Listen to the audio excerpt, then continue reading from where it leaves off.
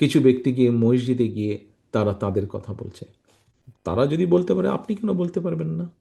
বললে সবাই বলবে, না বললে কেউ বলতে পারবেন না। আপনি আপনার এলাকায় সেভাবে ব্যবস্থা গ্রহণ করুন। বললে সবাই সবার বলার অধিকার আছে। আর যদি কোথাও নিয়ম হয়ে থাকে সেই যে বলবে না, তাহলে সেই নিয়ম সকলের জন্য প্রযোজ্য হবে। কোনো বিশেষ কারোর জন্য হবে আর কারোর জন্য হবে না, এটা তো হতে পারে না। সবার জন্যই হবে।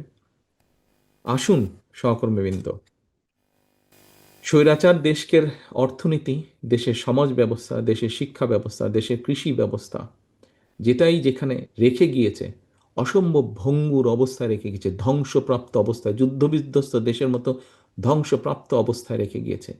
এই দেশকে যদি গড়তে হয়, একটি যুদ্ধবিধ্বস্ত দেশকে করার জন্য যেভাবে কষ্ট করতে হয় অসম্ভব, সামনের দিনে কিন্তু সেভাবেই আমাদেরকে কষ্ট করতে হবে। সেভাবেই আমাদেরকে কষ্ট করতে হবে। কাজে আজকে থেকে আমাদের প্রস্তুতি নিতে হবে। কিন্তু আমরা কষ্ট করলে সফল হবার সম্ভাবনা ইনশাল্লাহ এজন্যই বেশি যে আমাদের কাছে একটি পরিকল্পনা আছে যে আমরা কিভাবে কাজগুলো করব। অন্যদের কাছে এই পরিকল্পনা নাই। যদি পরিকল্পনা থাকতো তাহলে তো বাই নাও তারা বলতো তাদের পরিকল্পনার কথা, তাই না?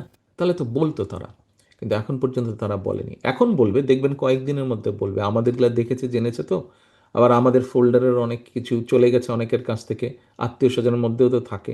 দেখবেন কয়েকদিনের মধ্যেই কিন্তু তারা বলবে, এই আমরা এই করব, আমরা ওই করব, এইটা করব, ওটা করব, অনেক বেশি, অনেক বেশি বলবে। দেখবেন আমাদের থেকেও মনে হবে প্রস্তাবগুলো ভালো ভালো, অন্য অনেকেই বলবে আমাদের থেকেও প্রস্তাবগুলো ভালো মনে হবে। কারণটা কি?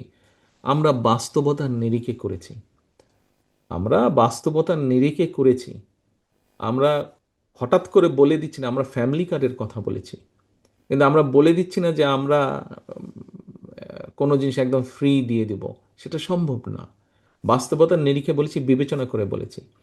আর যারা সস্তা জনপ্রিয়তার জন্য বলে, তারাই কিন্তু অবাস্তব কথা বলে দেয়। আমরা অবাস্তব কথা বলিনি।